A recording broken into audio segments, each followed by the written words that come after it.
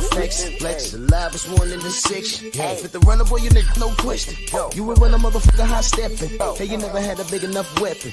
Motherfucker never learned your lesson. I'm a 88 pack nigga. I'm a 88 pack nigga.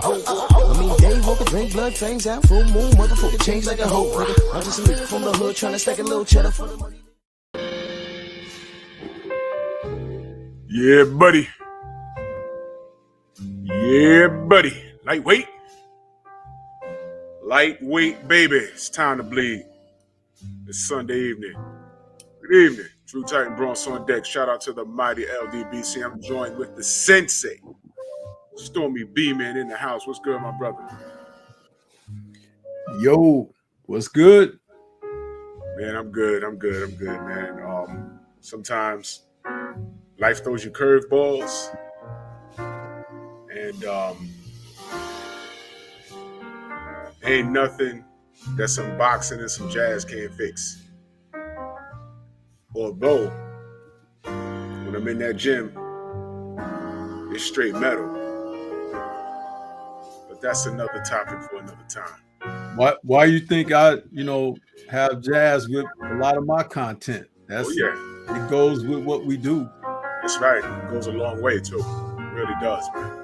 King Jr. By the way, Jason. how do I sound? You sound great. Yeah, I got my mic hooked up now. You sound great. Yeah. Excellent. Check it out.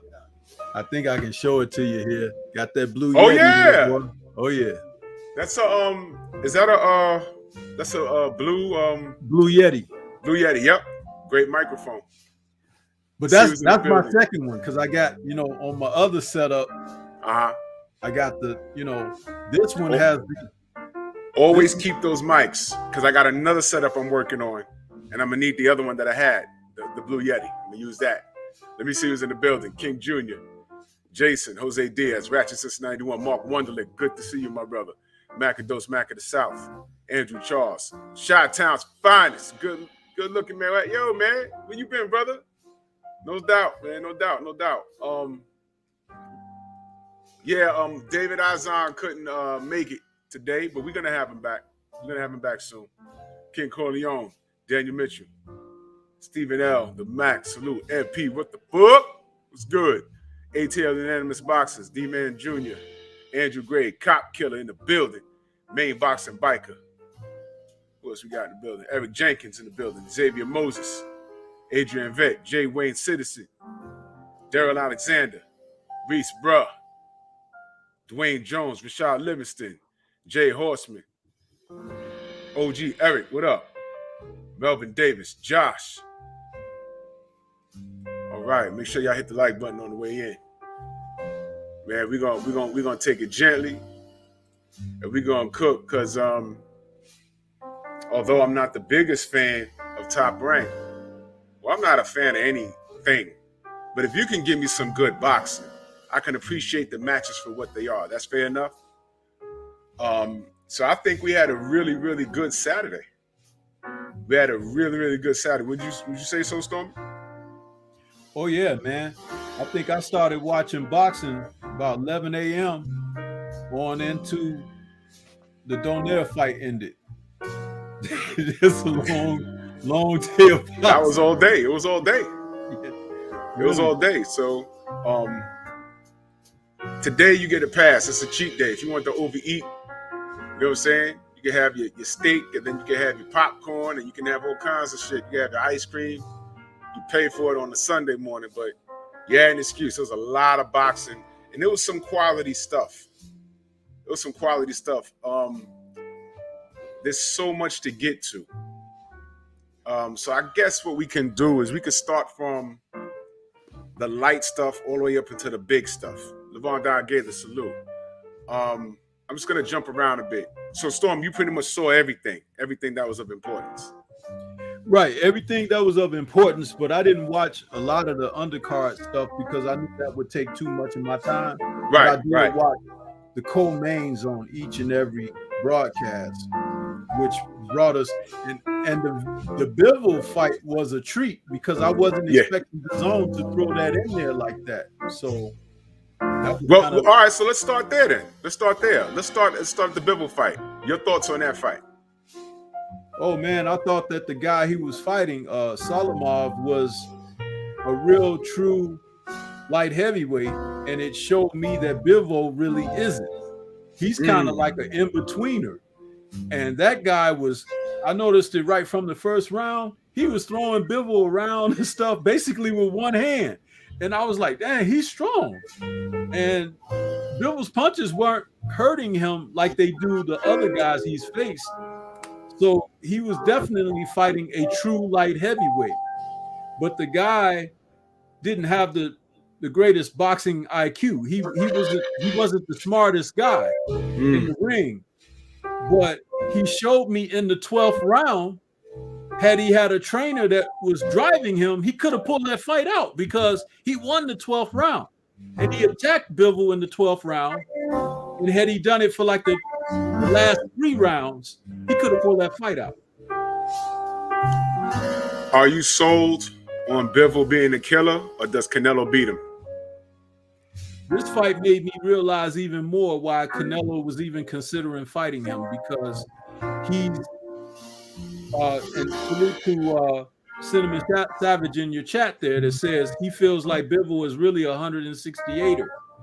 He very well may be that. He may be like Andre Ward was, you know. Yes. And that's a smaller light heavyweight, but you know, he can compete there as long as he's fighting the right type of opponent.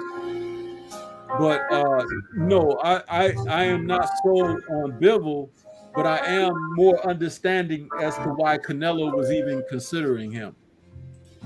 It makes more sense now after what I saw yesterday. I said, okay, I get it now. I get it. And let's put it like this, Drew.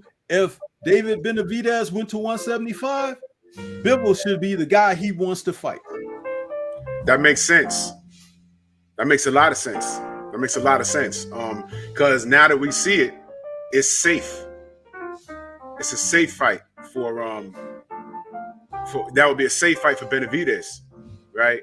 And now you see, now if we could see that, imagine what the people that are moving Canelo around, imagine what they see. This is their job. This is what they do for their life.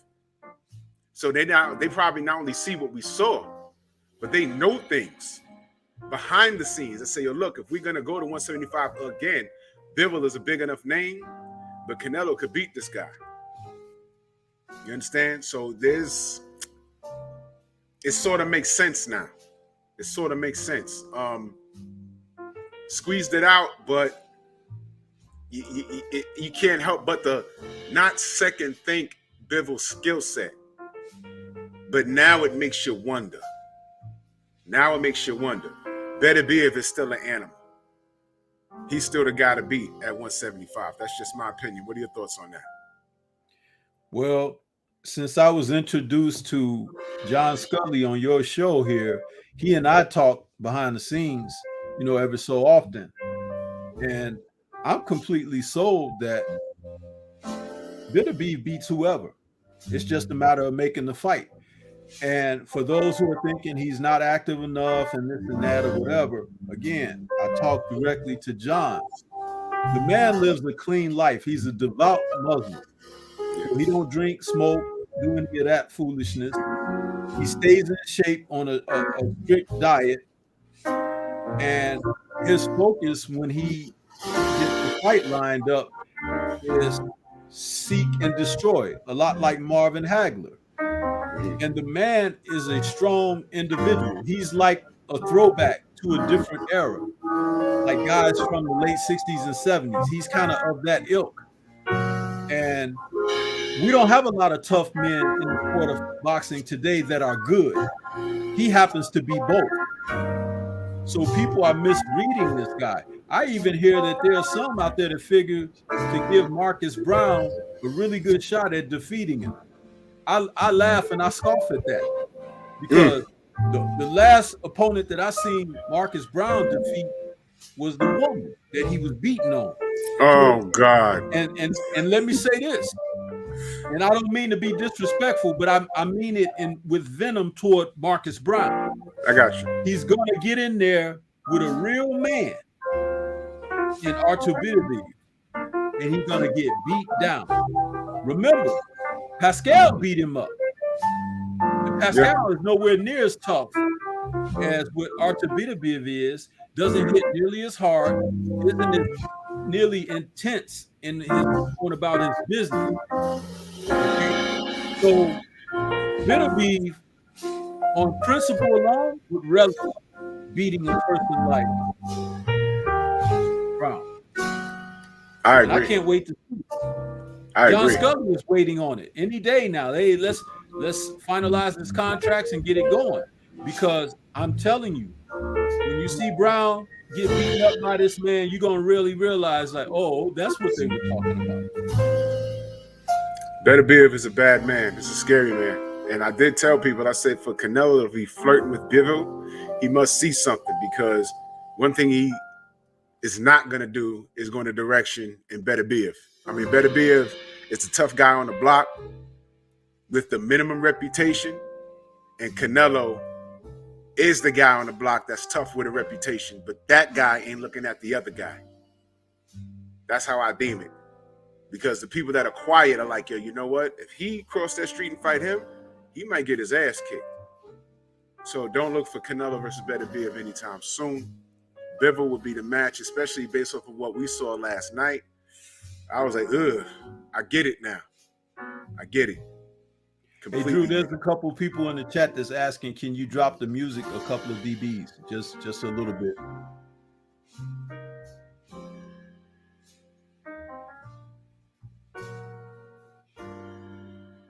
Is that better? Let me know if that's better. David Howard, let me know if that's better. Let me know if that's better.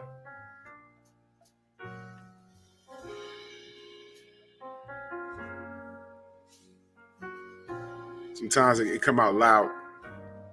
Yeah, I know. All right, well, that's better.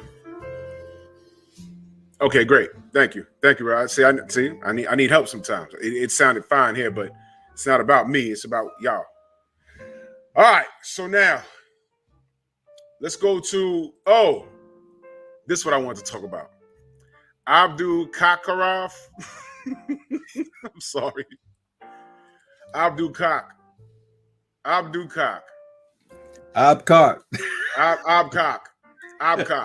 Cock-a-doodle-doo. Listen, that was Errol's mandatory, right? IBF. Am I right? Yeah. And he was supposed to win this fight, and it didn't work out for him. Did you watch that fight? Yeah. Your thoughts before I go in on that. Your thoughts. Well, it was definitely one of those fights that's a bloodbath, and for savages alike in the sport of boxing. It's like you saw a little bit of everything there. You saw some knockdowns. Yep. You saw some pounding of the flesh. There was plenty of blood. I still ain't got all the blood off of my screen. Bleeding all over the place. But listen, it was a very competitive match. This Crawley from Canada, he came out. Why did I have the images of Caleb Plant in my head watching this guy? I don't know.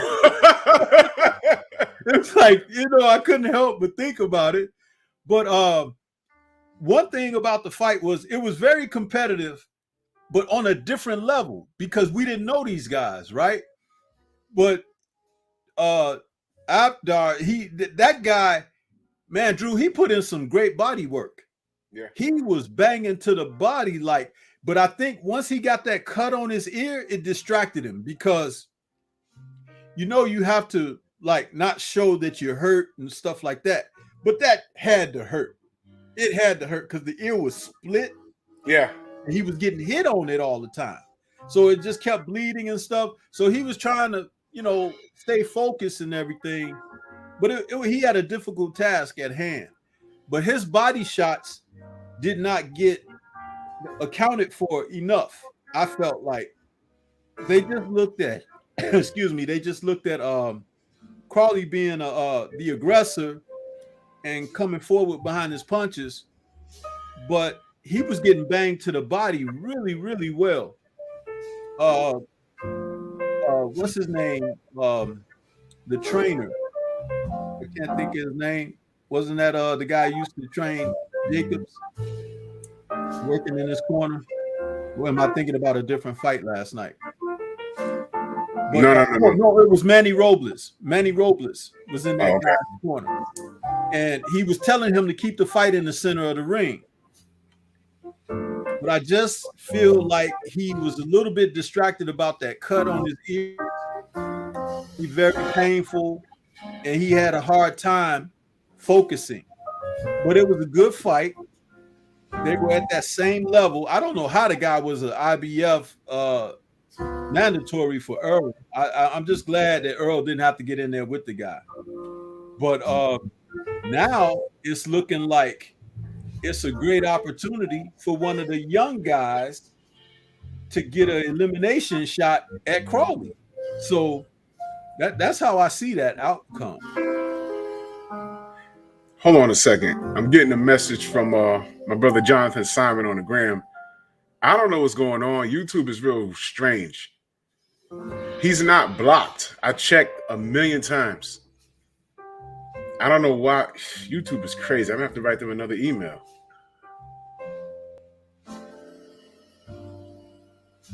He said what's up to you, Stormy, by the way. What's good? Yeah, he's everywhere else, but he's not on my channel. I understand what the hell this is. This is crazy. Unless, Drew, he one of them guys. No. If he, if he's used another account or some, hey, I'm just saying, Yeah, no doubt. He's wrenched on other channels too. No doubt. Yeah. Move correctly, Yeah. I'll work it out. But back to the topic. I remember reading. I was going to talk about it, but I remember reading Abdakak saying that I'm gonna beat this southpaw, and then I'm gonna rock and roll to Errol Spence and beat him. And I'm like, pause. You got some work ahead of you. And I'll be damned. He sure did lose to the Sweet Hands clone. Swore he was going to win. And no disrespect to him, this is another guy that nobody was checking for. And as it turns out, because if he wins last night, the IBF would be throwing him to the front. No, undisputed. Errol got to fight this guy who had an outstanding performance on Saturday, 12-11. Lord knows we don't need that. So I think in that aspect, the boxing gods took care of that, because Lord knows I don't want to deal with that crap. And it's not that he had a bad outing. It's just that Crowley just showed up. He just showed up. And I don't know if that was the fight of his life. I don't know if he was in the zone. But I think what we saw was what we got with Abdakak. I don't know if he has another gear, but he could go back to the drawing board. I'm not going to disrespect him and say go sit his ass down somewhere, because he's just competing and doing what he wants to do. But I did read an article about him saying he's going to beat Crowley and then rock and roll off to Errol Spence and beat him. And I'm like, who are you? And I'm like, damn, this is another guy from Who Gives a Fuckestein that they're going to throw it in the way of Undisputed, and it's going to offset the whole shit. But we ain't got to worry about that now. We damn sure ain't looking at Crowley and saying that he's a threat to Errol. Stay the hell out the way now. Stay out the way. IBF, stay out the way now. But man, am I the only one that put that together, that this dude looked like Caleb? Yo, you said it, and then I saw someone say it in the chat. That is hilarious. Dude, I mean, I was looking at him right, and I was like, okay, 78 jokes about those Smiths over there in the UK, right? He's like, they got Caleb Smiths. So if one more dude come out looking like Caleb Plant, something is up. That's all I'm gonna say. Oh man, there might be a factory over here we don't know about. Exactly. That's what I'm saying. If one more, They got one not more. 2 or 3, just one. If one more pops out like that, dude. All right, let's get to this. Let's get to this. Ali's grandson. Your thoughts?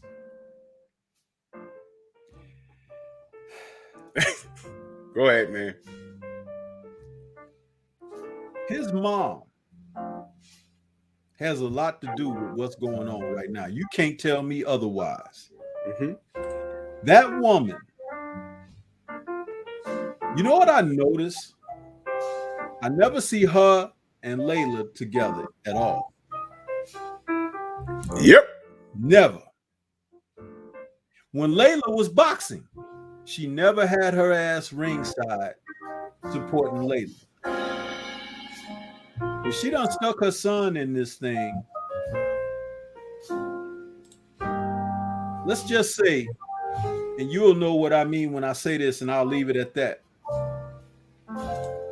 This is something about staying in, you know what?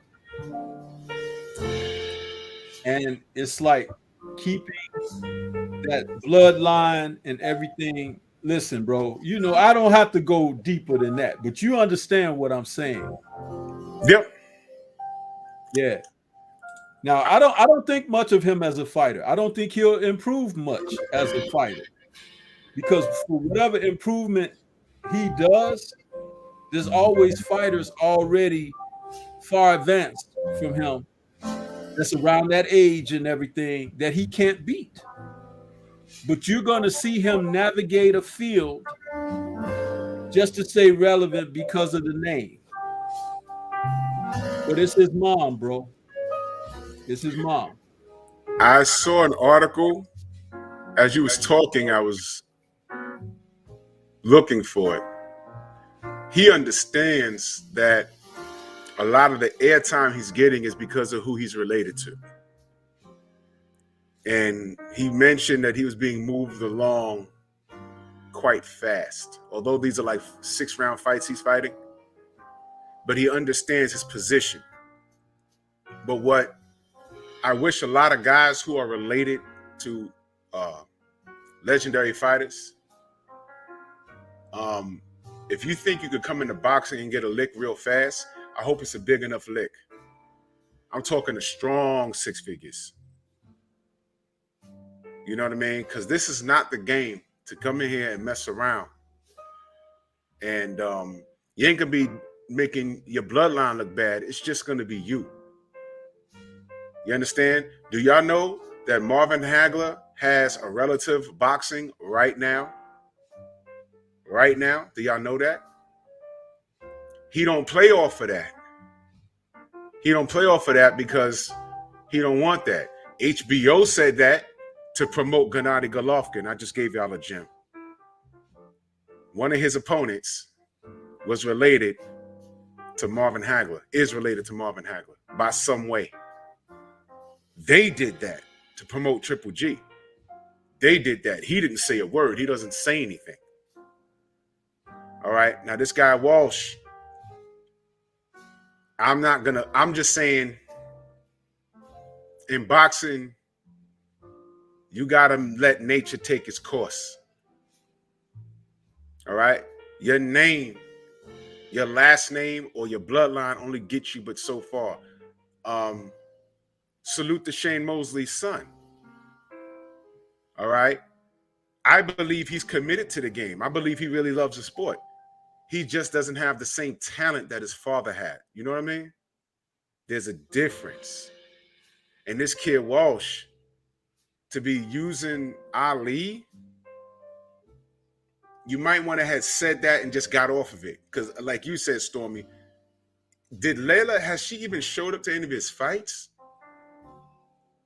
No. Now, his family was in the ring. Bro. Now, I'm not trying to make it something, but that was the whitest family I ever seen. Not only that, And I'm glad you segued into it because this was going to be my next remark. They keep talking about his granddaddy, right? Uh-huh. Ali. They keep showing his mama, right? Uh-huh. They ain't said a damn thing about his dad, have they? Not a damn thing. See? But you have to look at who Ali's daughter married. Huh? Mm-hmm. And who his dad is. He definitely has his dad's last name. But it's amazing that now that he's embarked on this professional boxing career, where's the dad? Where's the dad to say, this is my son, I'm happy for him, and this and that, you know? Because it's a sport of boxing, it's macho. It's something for a dad to be proud of his son for. That's right. That's right. You cannot ride the fence, people. You can't. You are either here or you're there. This is why we came down on Andre Ward for talking that stuff and coming back saying, but my daddy white though. Yeah, but we don't see white when we look at you and you look in the mirror and the cops look at you at 1 o'clock in the morning when you're trying to get home to your family. Mm-hmm. So just like they ain't gonna be looking at Nikolai and his white dad, but you can believe his white dad is prominent in his life, and you can see the way his mom acts, that she just don't have something that we all relate to, including Layla, okay? Which is probably why they ain't getting along. And it's unsung, and we don't know it. And if there's some legitimate beef, I talk about it all the time, bro. I talk about it all the time. And salute to if it's 100% that is the case, salute to them keeping it out of the spotlight. Listen, if Walsh wants to do this and it's in his heart, let him do it. But I swore I read an article. I saw the article, and he understands why he's being pushed. Now it's up to him to perform, because let me tell you something. He gets a good win streak of some, I don't like calling fighters bums. When we call a fighter a bum, we're saying in comparison to the upper tier guys, this guy would be a bum. Which is why I have to explain that to certain people. But early in the career, fighters supposed to rack up these wins with guys you never heard of. So now, let's say whatever weight class he ends up comfortable in, if he cracks the top 10, shit is going to get real. And he's going to have to make a decision, because based off of what I've seen, that guy, he's a basic. I'm not saying he's horrible. I'm saying he's very basic. And people are going to be wanting to knock his ass out because of his last name, or because of the coattail that they feel he's writing. So he has to make a decision. Does he love the game or not? Because that last name, no one's going to respect you even having it if you can't perform.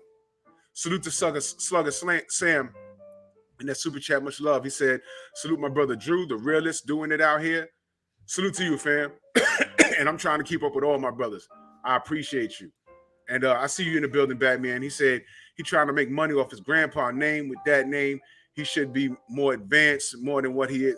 And you see, Ali, and then you're going up in there and you're looking average, if that. And we haven't seen him fight anybody that's average. You know what I'm saying? Wait till he cracks the top. If he cracks the top 10, you're going to see what he's made of. You understand what I'm saying? That's my guess and bet is that he doesn't crack the top 10. He'll probably get some type of opportunity, and he's going to fail miserably, and that's going to be the end of that show, because that ring, that square jungle, is the truth serum for men and women alike. Yeah. And he won't be the first to have failed, but I just don't like this scheme that his mom has put forth. I don't like it. And see, that's very important. We're not, excuse me, I swallowed my juice wrong. We're not hating on him. We're just trying to figure what it is. We're trying to figure it out. And The marketing is not matching what I read in this article, and I'm trying to find it right now as we speak. He understood why he's being moved fast. He said fast. And I said, oh, man. Well, if you need to slow it down, my man, you tell your people to slow it down. You know what I'm saying? Maybe you've made enough money or have the name where you could get some connections and get some proper training. See what happens and see if this is something you want to move forward with. You see, in the realm of boxing, Layla, she used her dad's name, but she had talent. She did. She had some talent in the overall atmosphere in which she was competing. She had talent. She did. You know what I'm saying? I just mentioned Shane Mosley's son. He has some talent, but when you look at him, he's not as talented as his dad. All right? And he's got, I haven't really followed his career too close. I've watched his fights, and there's talent there. There's talent there, definitely. I see more talent in Shane Mosley's son than I see in Walsh. You understand what I'm saying? And what I'm concerned about is him moving forward off of his grandfather's name, getting a top 10 shot and getting fucked up real bad. Because that's what we don't want. And if this is his mother's doing, he needs to say, Ma, pump the brakes. Let me develop. I don't want to go up there. This guy, you know, on paper, he got 12 losses, but look at these 20 wins he got. 19 of them shits was knockouts. And I can't get out of the way of a right hand and save my life. These are things you got to consider. So this is not to shit on him. This is a level of concern. And based off the article that I was reading, he mentioned being moved along fast because of his name. I said, oh man, he understands what's happening. Do you perform or do you take it a step back? He just fought on ESPN. You know, there's guys walking around right now talking about, yo, I got 17 wins. I got a couple of losses. But yo, I'm 10 times more talented than him, and he's getting shined because of his fucking grandfather. So when I get in the ring with him, I'm not pulling no punches. I'm going to fuck him up. You see? That's what you don't want. That's my stance on Nico Ali Walsh. They don't even need to put his name there. They don't even need to do that. Yeah, it's a shame too, because also being associated with the Kronk gym, it's like, you know, the Kronk has produced solid fighters since Emmanuel Stewart opened that gym. The thing you don't want is a publicity machine. That's right. Coming through a gym like that, because they could be focusing on other areas. You know, Kronk has an established name now that they don't really have to cultivate the talent anymore. People could just go there and say, I want to be trained by the Kronk. You know what I mean? Right. And they can make their hay off of that. But this kind of thing, publicity machine, I don't like that, man, because nothing good ever comes from that. Nothing never good comes from it. You're absolutely right. You're absolutely right. And this is, again, before anyone runs up in here, because all these fighters got teams that go around the internet and see what we're talking about. This is no hate towards Walsh. This is a level of concern. He's getting a lot of airtime. There was a lot of quality boxing on, and you see we're talking about him, right? He won, but he's getting airtime over a lot of guys. And there was a lot of talent that we watched. Never mind the fact that, you know, Top Rank or whatever, and, you know, whatever. We saw some quality stuff last night. And Nico was in the middle of it. Now, what if he's in the middle of it with a top 10 guy? Do you want to see him get hurt? I don't. What happens when someone says, yo, there's people licking their chops right now. Ali, yeah, right. Watch this. Hold my beer. I'm going to show him how he'll never use that name ever again when I get done with him. That's what you don't want. I don't care how many assalamu alaikums you have and Arabic writing you have on your chest. It don't matter. People are looking at you and they're scratching their head. Huh? And where is Layla? You see? Don't let them start putting it together like Lego, man. If he's with it, if he's with the shit, let him develop. Let him develop. And I'm glad Cinnamon Savage brought it up. I'm sorry, y'all. I see y'all in the chat. We just cooking right now. Let's go here. Xander Zayas. Your thoughts? I think he's a very bright prospect that they found who definitely has some talent. He needs to be developed in a different way, though. Mm-hmm. It's obvious that the young man, he can fight and he's got some pop on his punches. Now it's time to dial things back in a different direction and start developing him as far as ring smarts, maturation, and technical, because he's not going to be able to bang everybody out. No one is. Deontay couldn't. You know what I mean? Mm-hmm. So it's time now to start teaching him how to defeat styles. Instead of he developing the excuse that you see a lot of the Latin fighters say when they can't get something to go their way, he ran from me all night and stuff like that. Yeah, we can't do that. We can't do that. Teaching him how to beat styles. A guy who moves, a guy who could take a shot, a guy who will stand right there through what may. Teach him how to defeat those styles. And you add to his toolbox that way.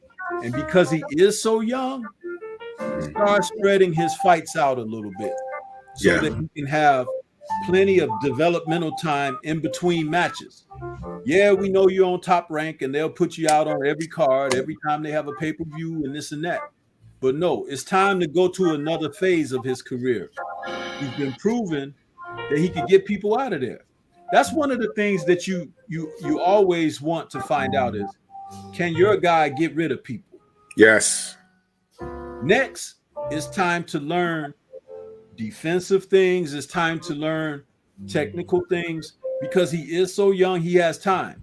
Don't turn him into the second coming of Fernando Vargas. Don't do it. Where just because you've seen some great stuff for him, you just start putting him in against top opposition. Because he may have a victory or two or three, but eventually somebody gonna school him. And sometimes when guys get schooled like that, they thought they were it, and they find out they're not. It ruins them. Juanma Lopez. You don't want to do that. You want to make sure that you add to his toolbox. I would even suggest that someone around managing him, even the promotional company itself, advise him, go to school, take up a minor. Mm-hmm. In the meantime, we got your plan, what we're doing with your boxing career. But because you're so young, what is he like, 18, 19? He's like 21 years old. He's a kid. Yeah, but I don't think he's over 21. I don't. But I'm just No. You're right. He's 19. Holy cow. You start putting some other options on the table for him that will help him mature quicker. Yeah. Don't have him thinking boxing is my life. That crap that Canelo puts on his hat and on the wall in his gym. No boxing, no life. Don't have him thinking like that. Because life is beyond boxing. Okay? Very few people can box all their lives, if any. But life supersedes boxing. So you have to have something to grasp hold of. That's why I say these things, because if you give the man more, he can absorb and take in more, and he'll have more to put out. It's not a race. It's a marathon. That's right. That's right. I agree 110%. I hope y'all were taking notes from the sensei, man, for real. A lot of these things, just because your favorite fighter or highly skilled or celebrated fighter says something, that don't mean it's gold. No boxing, no life. That's Canelo. Canelo could say that now after he got $500 million in the bank. He could say that now. He can afford to say that now. Okay, Mike Tyson. Everybody got to play until they got hit. It sounds cute, doesn't it? But think about how stupid that shit is. No, every time he got hit, his plan failed. How many times Mike Tyson got up off the floor to win a fight? 0. Once he tasted the mat, it was over with. So that applies to him. All right? So those are jewels right there. You know, and this kid, Xander, what he has working in his favor. Let's talk about the nonsense. I don't want to deem it as nonsense, but feel me on this. He's Puerto Rican. He's from San Juan. Which means the fan base is there. He fought in New York. Heavy Puerto Rican population out here. Fan base is there. So those are 2 things he'll never have to worry about. Ever. Puerto Ricans back their fighters. Bottom line. So you ain't got to worry about none of that. So you got fan base. Whether he's fighting in Puerto Rico, he can fight in New York, and he's resting his head in Florida. You understand? So the fan base is there. Okay, he's 19 years old. All right? What he needs right now is proper guidance. He's getting airtime. This is all cool. All right? Line him up with some people you know he's going to beat. All right? Test him in the gym.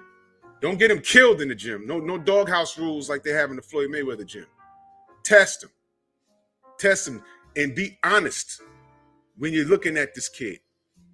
All right, because there's going to be a point in time where he's going to have what I call an early crossroads fight. Do I put him in here with him? Because he can lose, and it won't be over for him if he loses. But this kid can crack, and he can fuck him up. It could fuck him up moving forward. It can make him gun shy moving forward. Do we take this fight now, or do we wait? Do we just keep doing what we're doing? Because we all know boxing, a lot of this is strategic. If you think your favorite fighter was steered around certain people, you're wrong. You're wrong. Y'all want me to prove my point? Floyd Mayweather was a killer, right? Coming up. Pretty Boy Floyd was a killer, right? Let me tell y'all something. Everybody knew who the fuck Vernon Forrest was. The only person that fought him was Shane Mosley.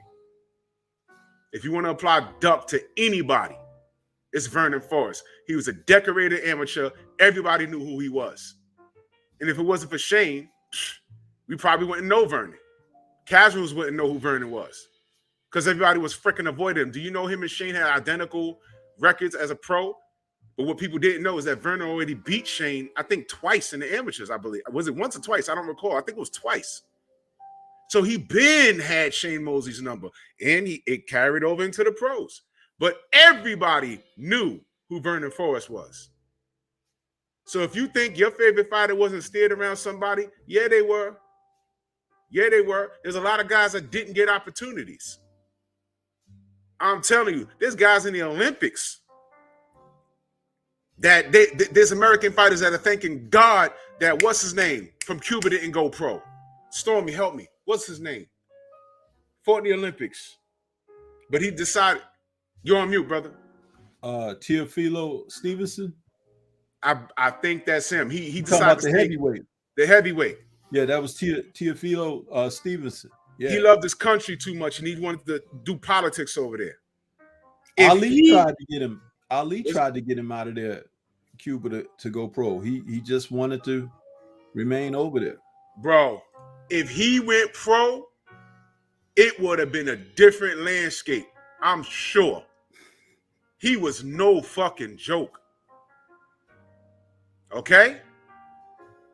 Your favorite fighter was steered around somebody at some point, and you might not ever know. Moving up in rank, it's like, okay, this guy's undefeated, he's undefeated. You know what? It's too risky right now. And then you got the shit where if you wait too long, one of these guys, do y'all remember when Juanma Lopez and Yuriorkis Gamboa were both undefeated and they were on a collision course, Cuba versus Puerto Rico? Y'all remember that? And what happened? The business happened. But I'm not talking about that so much. You understand what I'm saying? So these are things that I'm concerned about with Xander. He's 19. The support goes without saying. He's a good kid. They got a nice roar out of him in New York. And like I said, Puerto Rico's out. Damn near Puerto Rico is New York. Boricua everywhere. Everywhere you turn. Okay, so fan base, you'll never have to worry about that. All right. What he has to watch now is his association. And mentorship plays a good part. I don't know how cool he is. Maybe he need to sit down and talk with Miguel Cotto. And Miguel Cotto could tell him what to. He's on top rank, right? What could he learn from Miguel Cotto? Watch the goddamn hand wraps. Don't let them drain you. Miguel Cotto got 2 losses on his record that shouldn't be there. One is Manny Pacquiao. The other one is Antonio Margarito. And both of those was failures by way of management. And y'all want people like pointing fingers, right? Margarito cheated. You can't tell me otherwise in that first fight. And I'm sure he had someone from his camp watching the hand wraps. They didn't catch it. Go ahead, Storm. And have him talk to Kermit Cintron, too. Thank you. Kermit Cintron, another Puerto Rican. Have a conversation with him. Top ranking, they only for you, but so much. You understand? So these kids need to be protected. He's 19. He can't drink legally. Yep. Okay? They need to have him. After he left there, ain't no drinking. Papa, come home. You got bedtime, school in the morning, or whatever it is. He's still a kid. And I'm concerned because his parents need to be in his life. All right, this kid, I can't say he's like special, but I like what I'm seeing right now. I like what I'm seeing. Yeah, he's off to a great start. And but a lot were off to a great start. Yeah. And stumbled and never made it to their potential. That's why we could say the things that we're saying, because there's a history of those who came before. Yeah, it's crazy. It's crazy. And I wish the best for the kid. Sir, I see you, brother. Let's talk about I see Sir popped up. And every time I see Sir, I think of Bud. Let's talk about Bud's man. Davis. Outstanding knockout. I love body shot. Don't you like body shot knockouts? Yeah, man. I love those. We man. saw 2 yesterday. And, Yeah. And listen, that's the more than hitting a guy on the chin. That's a more certifiable way of ending it all. When you take someone's body and put them on the canvas, bro. Ooh. There was a poll on Instagram who had the better body shot. Was it Nonito or Davis? And both of them were almost identical. Those were, and when I see things like that, I get a chill. You know why? That punch was based off of repetition. You can tell. And you know what else I'll say? I bet you Bud taught him that. I bet you Bud has something to do with that. I bet you. If you look at the body shot that Bud went undisputed with, that body shot, I kind of thought about that last night. It was a little different, but I said, you know what? Bud is in this kid's ear, man. And that body shot was damn good. I said, ooh, he ain't gonna make it. He ain't gonna get up. I said, oh shit. God damn. Yo, I unmuted the TV because I don't when the fight's happening, I mute the damn thing. Right. I unmute it. And is that Tim Bradley shouting about he's throwing him up in his top, what do you say, top 10, top 5? He's already putting the crown on this kid. And I said, ay, man, word? Do you think, based off of what you saw, do you think he's that good? Hell no. With go ahead, Cookstone, man. I'll take this call. Go ahead. Yeah, with 4 fights, absolutely not. But it shows what you can do when you put your skills together in the ring after repetition, as you said, training in the gym, putting everything together. But you have to do that consistently over a duration of fights. You can't just knock a couple of guys out in spectacular fashion and leapfrog to the head of everyone else just because of a KO. we might find out that he get hit on the chin or in the sweet spot in the body and he go down. Does that mean he was never nothing himself? That's the thing. It's like what you have to do is to be able to establish that over a duration. And you take a fighter like Nonito Donaire, who last night did it once again. They had talked about statistically how many men he had put on the canvas. And Donaire's record is unbelievable with the guys hit that he's put down. So when I saw Donaire hit this kid last night, that was even more impressive because at the age of 40, he can still get in there, set these guys up, and take them out with a shot that they know he's capable of getting in, but they can't stop it. You can go 12 rounds and 58 seconds, and he hits you with that shot, and you go down, but you can't get up. And when you get hit with that shot, it takes you at least 20 to 25 seconds to recover from it. And that's not enough time in a 10 count, even if Jack Reese is counting for you. So it don't matter. What matters is the consistency to be able to do that over a duration. You got 40 fights in your career and you've put down 10 to 15 guys with that shot. That means you consistently deliver that shot on a regular basis and it has an effect. And most of the others who avoided it had a hell of a time getting out of the way of it because they were worried about getting hit with that shot and it takes them out. The other thing that Donaire was able to do that Keyshawn Davis could take note of, he developed a hell of a right hand off of his jab now. He didn't have that early on when he just had the lightning left hook. He had just the lightning left hook and would look to weave in there and launch that sucker. Well, after a few losses, he started working on that right hand and that jab. Donaire came out last night with a hell of a jab, man, sticking in that guy's mouth, very consistent, following up with right hands. He was timing the right hand, like throwing it over the guy's jab, Gaballo, and he set him up totally. That left hook to the body came when he wasn't even expecting it because he had been hit with jabs, he had been hit with right hands, and he didn't know what to defend or where. So when Nonito got close to him and drew him in to throw a shot, he just slipped right on in there and boop, right into the body, and the fight was over.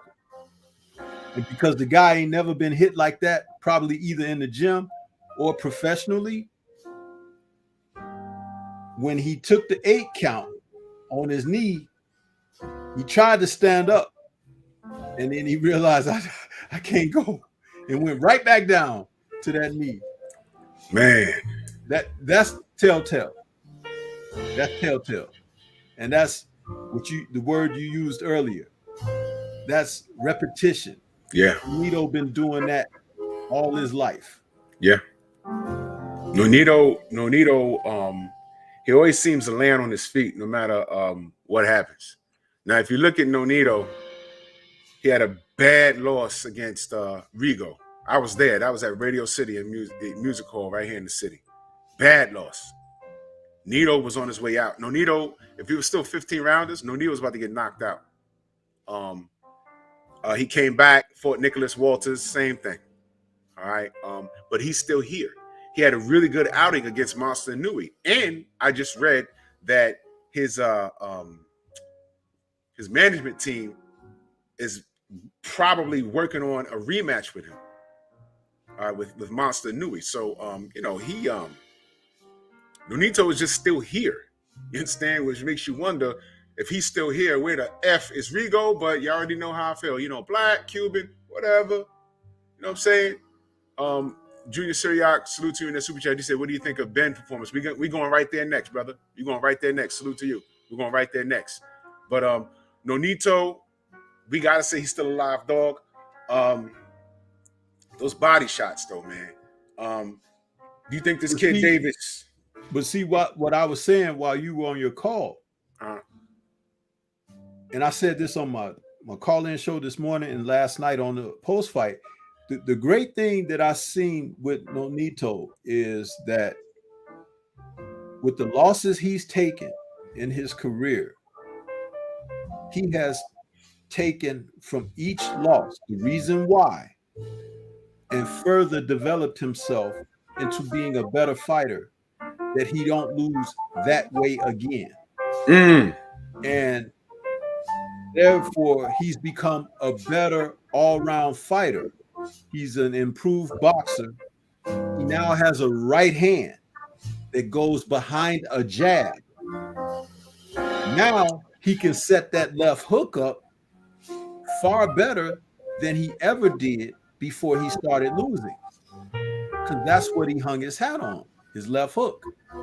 But now being able to jab, being able to wait and utilize timing, because he's not as fast as a lot of these younger guys. So timing can beat speed, especially when you know what to look for. Utilizing timing. So that improvement is what is allowing him to beat these younger guys today. I remember when the fight started in the first round, Reggie was saying like, oh, damn, this guy's jumping on Nonito right away. You know, he's like fast. He's looking to get him out of there. And I was just sitting there smiling, watching, because I was waiting to see the adjustments that Nonito did. And he sure enough did. He started backing up behind his jab. He didn't back away from the guy, but he instead of just going in, he's like, okay, this kid is quick. So now what I'm going to do is use the jab. Shortest distance between 2 points, straight line. Boom. Here's that jab down the middle. Boom. And then wait for the guy to do something. The guy looked to throw that right hand. Nonito slipped the right hand, come back up and threw the right hand. Boom. Hit the guy. That's timing. We got the guy midway through the first round. The guy is shaking his arms out. Now he's feeling tight, like, oh, he's hitting me, but I'm faster than him. Why is that happening? Because he's using timing. You in there trying to be young, fresh, and brash and beat the old guy up. But the old guy is comfortable because he's been in fights before. He's not worried about what you're doing. He's worried about what he's going to do to you. And all he needs is an opening. But you're thinking that you're quick enough to get in and out the door without getting wet. No, it don't work that way. So while he had Gabongo looking at that right hand after landing it a few times, he never saw the left hook coming. Never saw it. Never saw it coming, which is why, and I'm reading what Bole says, he said he could make 115 and get the winner of Chocolatito and Estrada or Monster. I think Nonito beats all three of them. I think he beats Inoue in the rematch. I think he hammers Chocolatito and he beats the Estrada. That's just my opinion. And he'll never beat Rigo. He'll never beat Rigo. But this is why the only reason he won't beat Rigo is because Rigo isn't silly enough to make the mistakes. Rigo is always going to think defense first, second, and last. So it's hard to get rid of a guy like that. But he could outpoint him now because he can box now. When he fought Rigo that first go around, he couldn't box like he boxes now. He's a little different. Yeah. He's a little different. He'll be gun shy against Rigo. Oh, he's a lot different, Drew. He's a lot different because he was a guy that was always looking to land that left hook. I remember going into the Rigo bout, he was so confident in everything because he had been stopping guys. Do you know he wore on that night? This is how much I in the boxing and know these things. On that night, he wore gold and black, gold with black trim, and it was in homage to Bruce Lee's Game of Death tracksuit. True story. He went in there wearing that. He was saying that was his homage to Bruce Lee, and he lost that night. So think about that. What that will do to him, being of Asian descent, and he's like trying to make a connection. Embarrassed. That'll never happen again. That'll never happen again. It'll be wise for him to Not try and from that outpoint guy. him. You think his mistake was trying to get Rigo out of there? Of course, because at that time he was the young guy looking to land that left hook, and that's what he didn't set anything up. He didn't try boxing. He was just trying to go, and Rico just picked him apart. That's a true story. I saw it, and the crowd went kind of silent because on Radio City it's HBO was pissed off.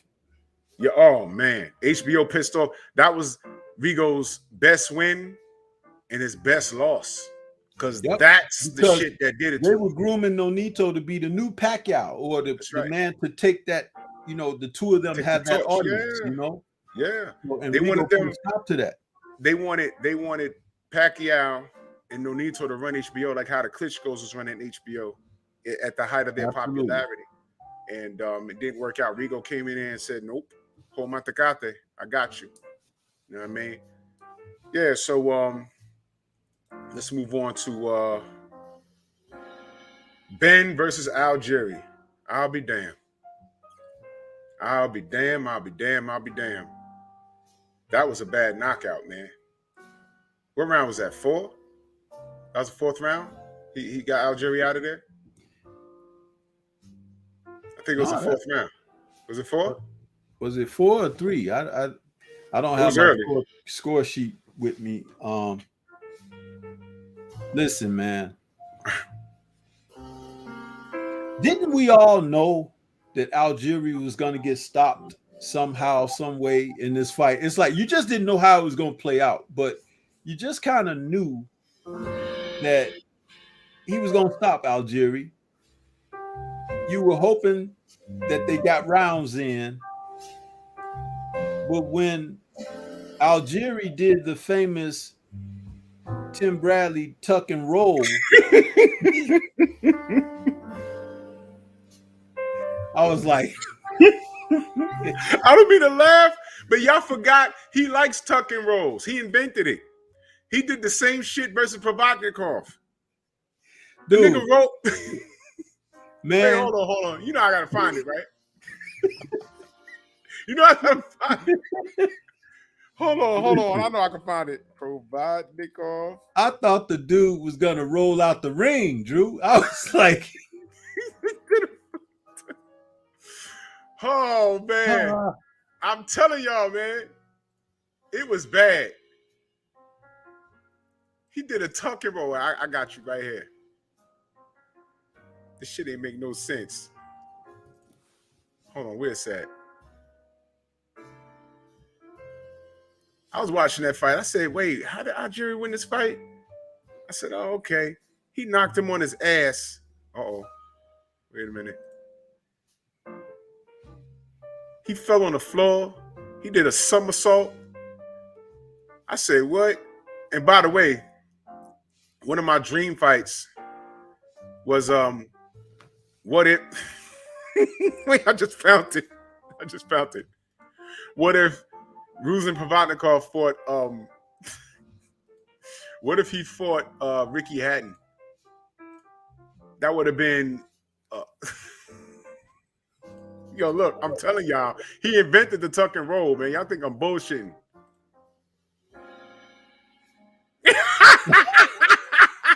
Told you it. Come on, man. Why he do that? Come on, dogs. Come on, man. He had to do all that, man. He's ODing, that man. was crazy, man. That was crazy. Because the whole thing of it is that when he hit the canvas and rolled, he was rolling toward the ropes like he was going to go out the ring like a bowling ball. Oh, man. And the ref was right there. So then he jumps up and look at the ref like, what? I'm like, dude. Yo, and you know what? Salute to Algeri. He from New York. He from the island.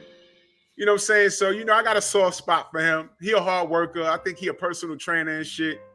So, you know, I was rooting for him. But when I saw the roll, I laughed. I said, oh, shit, here he go again.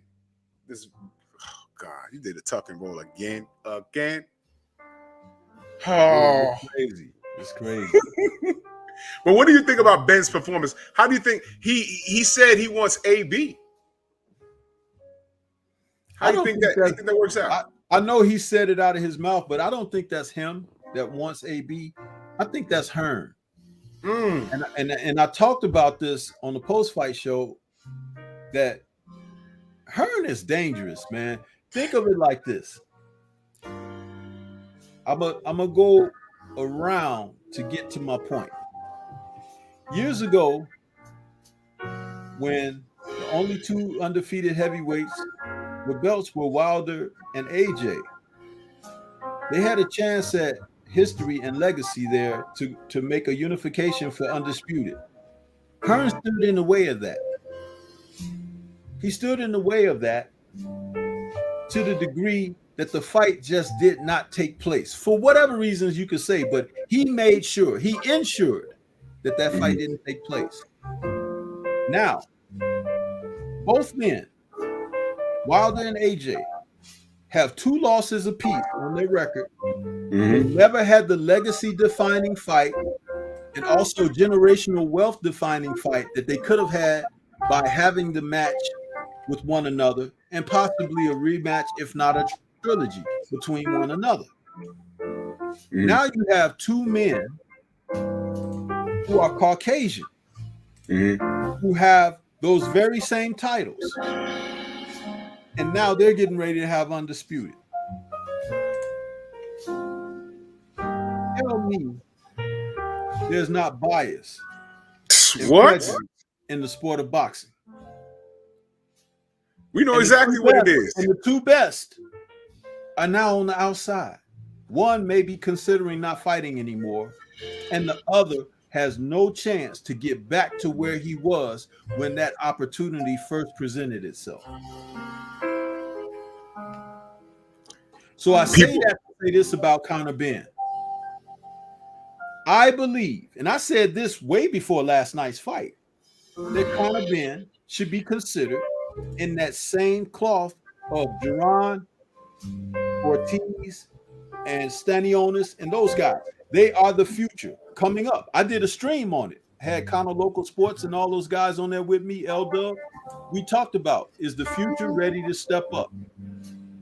I said at that time that Conor Benn is probably the best fighter out of the UK right now, even though he got people over there in the UK hating on him. But the thing about it is this. Why do they hate on him? You have to think. Why did they hate on Lennox? Because he wasn't like everybody else. That's right. He thought with a more broader mindset and approached the fight game with a different mindset, which makes them feel like you alienating them, and then therefore they can't give you their full support.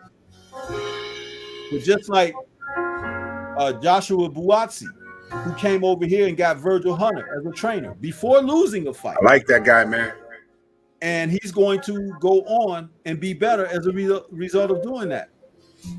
Conor Benn wants to fight the best. He's used certain names. I remember he called out Sean Porter. Remember that? Yeah. But the whole idea is to put you in the frame of mind, and he wants to fight American fighters, the good ones. He knows it's far-fetched to really get at Earl Spence right now. It's far-fetched to get at Bud right now. But AB is a popular name, and he generates revenue, box office. That's why I said I think that's Hearn behind it. That's what Hearn knows. Conor Benn don't care about that. He would be looking at AB as a fighter, not the box office guy. He really wants a guy that he can say, I beat that American fighter. You see? And that makes a difference. I can respect that because he wants to challenge himself. He knows he can't go on fighting those good guys in the UK, the Callums and all of that. He's better than they are. And what he did to Algeri was expected. Right. But not in the devastating fashion. That's correct. That is correct. Devastating fashion. When he hit Algeri, he turned his lights out. Done. When Earl hit him, Earl just knocked him down from solid punch. You know, he was done, couldn't go on. When Manny Pacquiao dropped him a few times, it was Manny's quickness and everything, jumping in with those 1-2s and stuff like he does. But when he hit Algeri last night, He short-circuited that guy. That guy went down like he was trying to tie his boots unconscious. You know what I'm saying? He was out. When you get a guy that can punch like that, it's like, it changes things because you have to consider the danger in him. Nothing beats this. Come on, Tim. Come on, Tim. Never forget. Never forget. Round 9. Really, man? And he stayed there.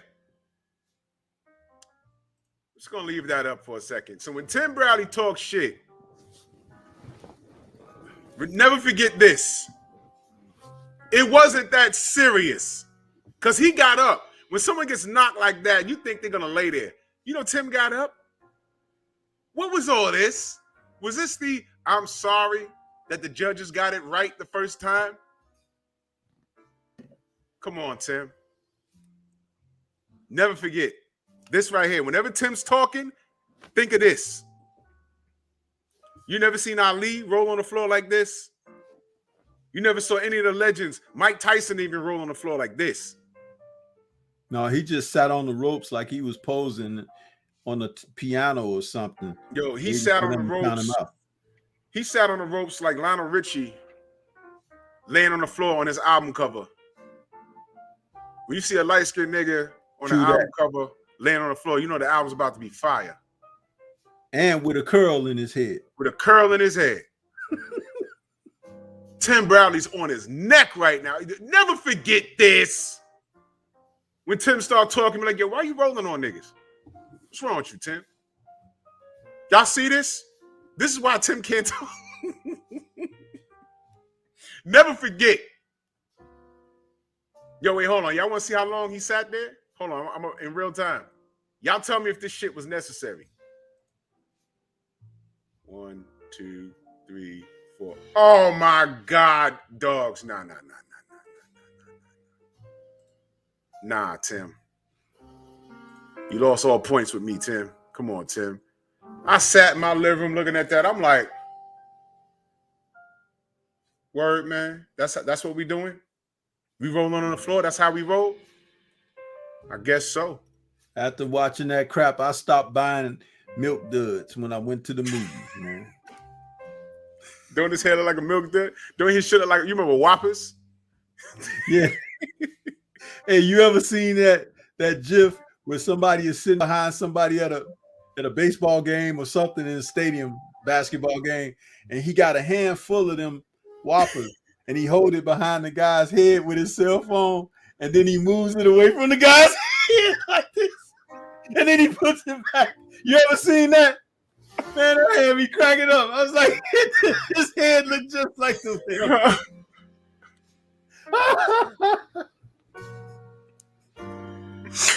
Tim. Oh, Tim. That's how we roll, Tim. Salute to 88 Sports Talk. And Super Chat, he said, act like he took a right hand from Tommy Hearns. Exactly. He really rolled on the floor and stayed there for a minute. You know how you freeze frame when you break dancing? That's what he did during the HBO pay-per-view.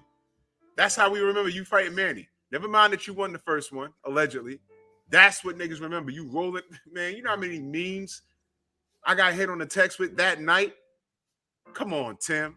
Say nothing. But anyway, Conor Ben, by the end of 2022, does he get a meaningful fight? By the end of 2022, possibly, yeah. Who you think it'll be? Hopefully it'll be one of the other young guys. Somebody in the chat just wrote Jamal James. That'll be a good fight for him. Yeah. Rashidi Ellis. Speedy Rashidi. You know what I mean? Mm-hmm. Imantas or Virgil Ortiz. I think that Boots should be the next guy to get a title shot. Yes. I'm not including him in that, but Ortiz, Imantas, and Jamal James, those guys, Rashidi Ellis, yeah, one of those guys, I think should be the one. You just mentioned Ortiz. That makes a lot of sense. I like that. I'd like that. I like that. Yeah, I was talking about it while he was probably typing it. You know, I was typing it. Yeah. I like that. From a business aspect, you know that's going to get views. Whoever wins that is going to get full credit. But what's fun about divisions like 147 and 135 is it's at good hands. 140, what it seems like's happening at 140 is that it's become a bridger. Josh Taylor, there's nothing for him at 135 because that's hustling backwards. The big paydays is at 147. So I look for Josh Taylor at sometime in 2022 to have a couple of fights. Granted, he beats Cottrell, to have a couple of fights to test the waters at 147 in 2022. Because that's where the payday is. And I like Josh Taylor. He's a really good fighter. Let's talk about we got options. Real quick, let's talk about Big Baby before we go into the Lomachenko. Let's talk about Big Baby. On my opinion, he got a thumbs up. He did what he's supposed to do. He's knocking over the people he's supposed to knock over. I read something on the social media. He said he's taking a break from the social media. I appreciated that because it's real easy to get caught up in a shit match with someone you don't even know on your social media. So I don't know whether that's him thinking that or somebody. It might have been Jay Prince telling him, ease up on the social media. You're a fighter. You're not a blogger. You're not a vlogger or whatever. I appreciated that. Is he the goods, Stormy? Not fighting this opposition that he's been fighting these past couple of fights. Mm-hmm. We're hearing about him being such a terror in the gym, right? Well, yes. It's time to start producing that in his live matches, because each fight, when you have someone who supposedly has the talent, it's supposed to lead to something else. It's like, you beat this guy, then the next guy should be better than him in certain areas. And then after you beat that guy, the next guy should be better than that. One thing I respected about Danny Dubois is his first 5 or 6 fights, he was fighting guys like we're seeing Jarrett beat right now. Then he stepped it up to that Nigerian or Ghanaian guy who likes to dye his beard blonde. He fought that guy, and then he beat another guy that was supposed to be at his level, and then he fought Joe Joyce. Right. So it was like they took that step because they thought he could actually beat Joe Joyce, and that was an upset, for most boxing critics and everything. The Joyce victory over him. Well, we need Big Baby to take that next step up too and fight a veteran, journeyman, respected fighter. And he hasn't. That guy he fought last night, I don't know who that dude was. He was made to order, man. Yeah. And I'm sorry. Right now, he's just knocking out a bunch of tomato cans. But we're supposed to be hearing these stories in the gym. Yeah. But there's been a history of gym fighters. Elijah Tillery was one of the best gym fighters in modern boxing. But when he got in the ring professionally, he always got beat up. Riddick Bowe a couple of times, and the likes. It's like, but in the gym, they would always bring him in as a sparring partner because he always performed well in the gym. I think a perfect step up fight for him right now, since he had got some work, and because right now we already know. And again, let me define the term bum. The people that he knocked out, he was supposed to knock. He fought on an undercard in Vegas. I saw it with my own 2 eyes. I said, this guy's dead in a couple of rounds, and he got him out of there. So Big Baby is now at that point where he separated himself from top 30 guys. Now it's time to move on. And there's no time to hesitate. He's a big kid. He's like 6'5" and 240. He has way above average skills based off of what I've seen him against. And I think now's the time for him to take that next step.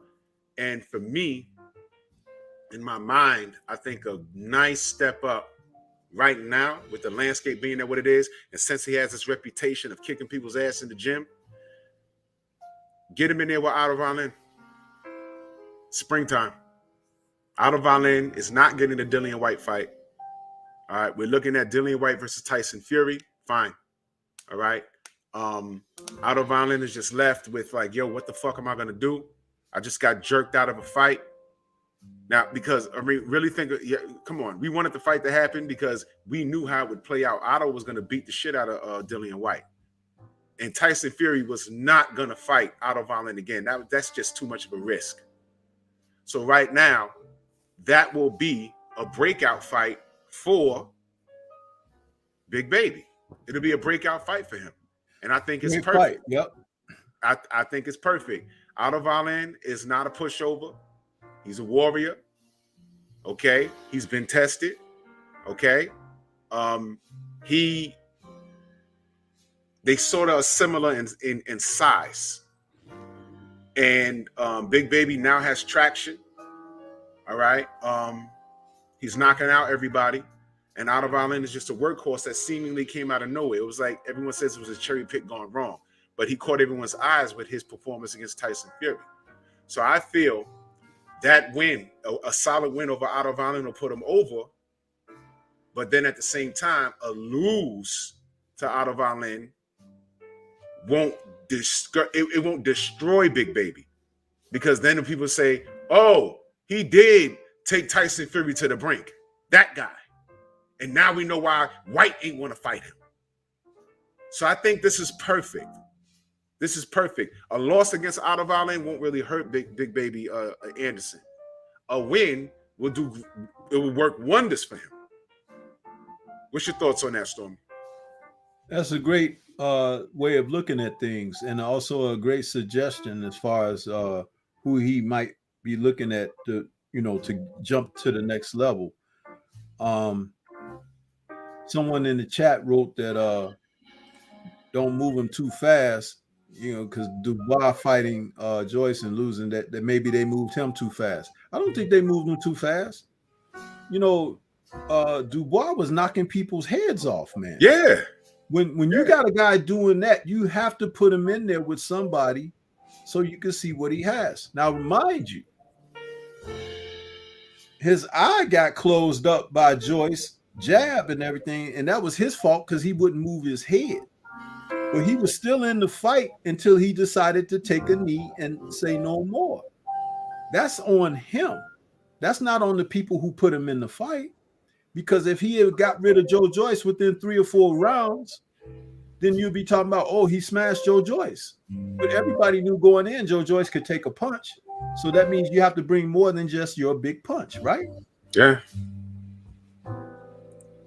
Now, if he had banged Joe Joyce to the body a lot more and slipped that jab, got on the inside, worked that body, and Joe Joyce got tired, you might have seen a different fight. I was stunned. I'm like, how's this? But like you said earlier, timing beats speed all day. And Joe Joyce is not the fastest guy, but Daniel was begging to get punched in his. I couldn't. I was like, what is happening? And he eventually quit. You know what I'm saying? Dwayne Jones, the brother, says Anderson needs to call out Kawanaki. You know what my problem is with that, Dwayne? Kawanaki's coming off a loss, back-to-back losses. And everyone will be picking Anderson to beat him. And Kawanaki, I don't think he'd take that fight because one more loss and he falls into the abyss. One more loss, it's clear he can't beat the Viking. It's clear. It's clear. So what does he do next? I don't know. But Anderson wouldn't be a good selection. That's just my opinion on it, though. Salute Tay Jones in the building. He said, "Fight Big Shot Short." That's a fight. That's a fight. I could dig it. There's options, man. Heavyweight division. Go fight Dubois. Go fight Dubois. And you know what? You know what though, Stormy? I don't think Dubois' handlers would let them. I don't think they let Anderson take that fight. Or that other African fighter that's over there, that's a young heavyweight. He's like 12-0 or something. They got another African over there, African Jamaican something heavyweight. He's behind Dubois. It's like, they keep these guys like in a stable. You know what I mean? The big black, the big black bucks. They keep them in the stable and they keep them chained up in the UK somewhere. Oh so Lord! Fight, like the guy said in the Godzilla versus Kong film, he's like, let them fight. The guys out there, man. Oh man, it's lit. Everything's but the lit. whole thing is to progress. You know what I mean? Because otherwise, he's just gonna be swimming in the same seas, man. And you get tired. That turns me off after 2 or 3 of those. No, Gerald Washington is not the perfect test, Tone Browne, because Gerald Washington has already been knocked out by punchers already. So we know that Jared can punch. We want to see Jared in a fight. Gerald Washington is not going to give him a fight. Yeah, that brother gonna lay down. He gonna lay down. I don't think you can take it. And he hasn't looked the same since D hit him upside his head, and that's just a fact. I mean, Charles Martin's out there, and Charles Martin beat Gerald Washington. Better pick, but even Mike Hunter or something, Yeah, Mike Hunter. Yeah. I mean, there's a lot of options. There's a lot of options, man. I'm trying to look at it from like like how like these promoters and managers would look at it. Like you wanna get him a good test. But at the same time, you don't want to get your guy's head knocked off. And you see right here, Big Baby versus Frank Sanchez. Frank Sanchez, in my opinion, is one of the most dangerous dudes in the division right now. That's like an uncrowned champion right there. Exactly. And if I'm handling Big Baby, I'm looking at Frank like, chill. Wait a minute. Not that yet. I'm not even going to hold y'all. I'm be like, not that yet. No. Not him. We're not gonna do that until he got a belt and we're ready to do it and we're right in line to do it. But we're not just gonna do that for no belt. Not that guy. Hell no. Nope. I ain't doing that. Reggie, salute. Yeah, Hunter. Yo, man, the heavyweight division is lit, man. The heavyweight division is lit. 147. Somebody will light a fire under their asses so they fight each other. That's the whole problem. Yeah, man. I'm gonna tell you something. Frank Sanchez scared a lot of people with how easily he defeated Effie Ajaba. Man, because he took the guy apart who was tall and rangy. Okay, had a big punch. He took him apart with movement, getting on the inside and getting back outside whenever he wanted. Dropped the guy. Could have possibly stopped him if he decided to get aggressive and really go after him. So Frank Sanchez, he definitely took his name off of a lot of people's clipboards. that was bad. And that's why I say we got to protect these Cuban fighters, man, because they end up doing shit that make people like, yo, I told you, man, that's King Kong Ortiz. He's almost out. And people are like, yep, he's almost gone. We got to worry about him. And then here comes Frank Sanchez. They're like, damn. Well, how about this, Drew? Big Baby, get your butt in there with Filip Hrgović. Get rid of him. Get him out of there. Then the landscape is cleared for you. Yup. What about that big Chinese dude? What's his name? Big Chink. Oh, shit. Damn it.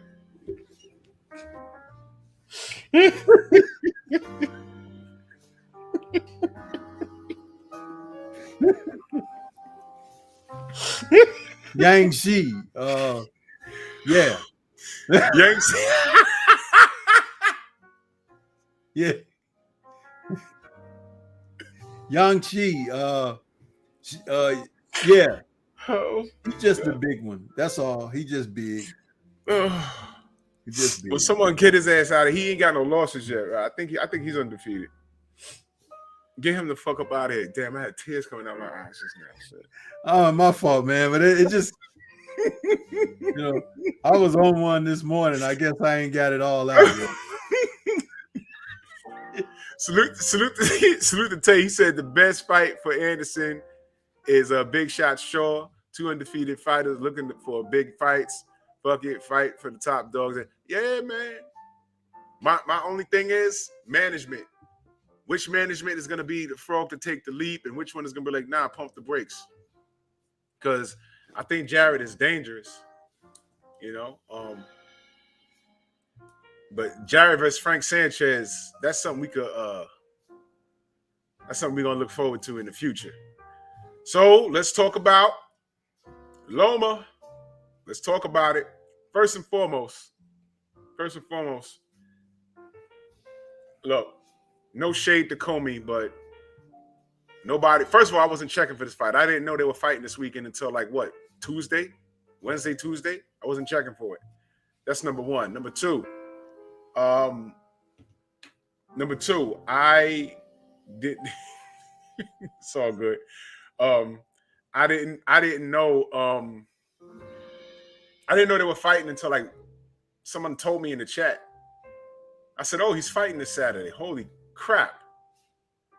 Wow. So, did anyone pick Comey to win this fight? I didn't. Loma's Loma. No. Stylistically, the matchup is bad. He dropped him in the 8th, I think. Comey was too slow, and the speed, the angles, but Loma to me is predictable. But what pisses me off, y'all know what I say. I ain't got no beef with Lomachenko, but we all know it's the packaging that gives us that gets us pissed off. We don't like the packaging.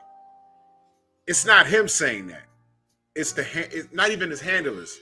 It's the promotion and the people amplify this shit. All right, I know what he's gonna do. He's gonna throw a flurry of punches because he's fast as hell. And he's going to jump off to the left side of your blind side and start whacking you upside the side of your head. Legal shots, by the way. Bing, bing, bing. He steps to the left. Bing, bing, bing, bing, bing. And then you tie him up, and now he's dancing with you in the middle of the damn ring. Orlando Salido stopped all of that shit. And see, people are talking. I listened to what people said, and I read what people were saying. They ignore the fact that he got 2 losses already. Stop acting like the man is not beatable. We've seen it. Stop acting like, did you hear what's his name say? Oh, nobody calls your name. Bro, ask him why he dumped the WBC strap. That's the question that nobody likes to ask. Yeah, that's what aggravates me. Go ahead, Stormy. Yeah, the type of fighting style, crowd you, get in your crawl, that Orlando Salido fights, that's the antidote against Vasily Lomachenko style. That traditional, aggressive, get in your face, pound the liver style. I dare not call it Mexican style because I don't believe that's Mexican style. That's a traditional aggressive style where you cut the ring off on the guy and you bang him. That stops all of that moving around. It stops all of that, trying to buy yourself time and space to get off and get your angles and everything. You can't do that against fighters who crowd you. Can't. And that's the anti-Lomachenko style, because basically Lomachenko is fighting an amateur style in the pros. Stormy, please elaborate on that. I said that a while ago, and people don't understand why I'm saying that. Explain. You can articulate it better than me. Go ahead, explain what you mean. It's basically the same point scoring, with the punches being landed harder for a professional effect, like effective punching, and he's not running away, but he's staying out of range for you to do something back to him, and he's scoring these points and looking to get out of the way. In the pros, they teach you to fight with aggression, effective aggression, cutting the ring off, banging the body. If you notice, Loma don't get a lot of body work in. He'll throw body shots when he can get them in and get out of the way, but he's mostly going to look to get off a series of shots to your face and get out of the way or give a. And I call it a pro-am style, you know, but against real pros, that's not going to work. That's not going to be very effective, because if you want to run off a series of shots against me, you got to worry about something coming back at you. That's right. You know, and a lot of guys will cover up in a shell when fighters like Lomachenko want to throw combinations. And by the time you get ready to punch back, he done moved out of the way and you got to set up all over again. There's a way to fight that. Orlando Salido, just go back and look at their fight. He stopped all of that. This is a guy he was physical. He was physical with Lomachenko. That's right. This is a guy with multiple losses, double-digit losses, and is not a millionaire, works a day job, got in the ring, and stopped that crap before it got started. All that dancing and spinning. He went in there, got physical, and imposed his will, and did enough to win the fight. The fight that people act like didn't even happen. The fight that his fans say he don't need to run it back. The fight that they say you don't need to run it back because he'll win. No. The reason why I think Orlando Salido's style will forever give Lomachenko a problem. Of course, Loma will beat him now because of how active is Salido. Not active at all. But what I'm saying is that style will give him a problem because Loma doesn't know how to deal with it down the stretch. The reason why I picked Loma over Teofimo in the rematch is because the only reason why Teo won is because Loma waited till the 6th round to start throwing punches. He won the rest of the fight. And that wouldn't happen now. You understand? Put it like this, Drew. A fighter like Navarrete would give Lomachenko hell. A fighter like Navarrete, absolutely.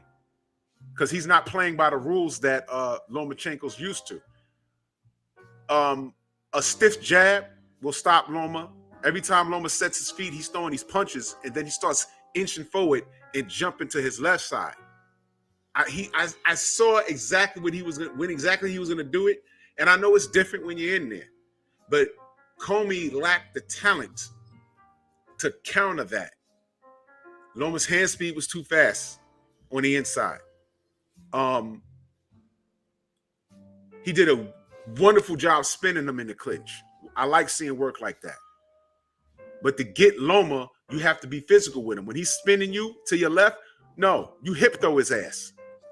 You throw his ass on the floor. You got to be rough and rugged. You got to get him completely off his game. You don't try and hit him in the face, although he can get touched. Hit him in forearms. Hit him in the shoulder. Hit him in the chest. Make him reset. And then when he throws caution to the wind and saying, "Yo, look, I think I'm down. I got to do something," that's when you get him. Get him off his game. And Comey did not have the tools to do it. Yeah, Comey was too robotic. Very robotic. He didn't have the tools to do it. Now, I'm reading what the brother Anthony Jones said. Loma said Ryan Garcia is a tougher fight for him. Why do you think he said that? Because he wants a real knockout. And he knows there's some money in knocking out Ryan Garcia, according to Mike Cappinger. And let me park here on Mike Cappinger. Fuck you, man. Fuck you. All right? You're a goddamn liar. You talking about Tank and Haney had a failed pay-per-view, and Ken Loma come in there and he said he did enough to win the fight, but will he get the shot against Kambosos? This is old media trying to make you believe that the fight is Kambosos versus Lomachenko. Let me remind you, how many losses Tank got? How many losses Devin Haney got? How many losses Teofimo got now? How many losses Ryan got? Oh, I'm sorry. When was the last time Ryan fought? Was it Manny Pacquiao? I'm sorry, that ain't happened. Was it Teofimo? No, that ain't happened either. Was it Devin Haney? No, that was a pump fake when he sat on Mike Tyson's couch. Here's what you do, Ryan Garcia. Hit up Isaac Cruz. He said your name now. That was a dream match for me just last week. He said your name now. He said your name, Ryan. So, Mike Cappinger, here's what you do. Go ahead and promote Ryan Garcia versus Isaac Cruz. Because according to Tank, Tank a star. That's what Leonard Ellaby says. Tank a star. Okay, he's a star. So but listen to what Tank says. Tank says Isaac Cruz, he said a star is born. So here's what you do. You start promoting Isaac Cruz versus Ryan Garcia. Let's see how that works out. In the meantime, we need to do what's right for boxing. Kambosos versus Devin Haney. Stop playing with us. Stop playing, man. Stop playing. I'm not finna play these games going into 2022. We are the consumer. We're the consumer. Lomachenko had his chance and he fumbled the rock. He could have fought Devin Haney. If he fought and beat Devin, this wouldn't even be a conversation. Why are we here right now? Because he didn't fight Devin. And you know why Teofimo? Let me remind you why Teofimo Lopez, and I'm talking to his troll ass fans because they've been trolling me lately.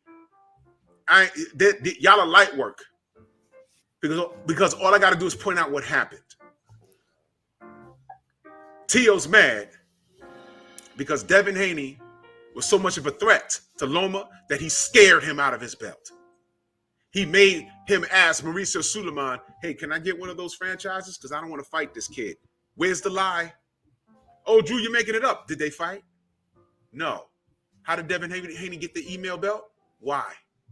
What's worse, getting the real belt? Because the speed, the angles, the alleged undefeated guy. Y'all see that? That's not us doing that bullshit. All right? Allegedly, the undefeated guy with the speed and angles did not want to give Devin Haney any play. He was so scared, he gave up the belt. That's the true story. I can say what I want because that's what happened. He asked for a franchise status and fought Teofimo because he thought Teofimo was easier work. And we got on here and said, nah, Tio gonna beat him. Remember that? How did we get here giving Tio such a hard time? Remember how we got here. And we rooted for him to beat Loma, and he did. What is our problem with Tio?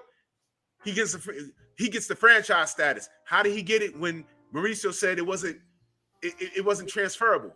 Win or lose, you can go anywhere and fight. That gives you a special status. You can go anywhere, up in weight, down in weight. It's a get out of jail free card. They gave him undisputed without him actually having the belt. Thank you. Gave it to him. Hello. Gave it to him.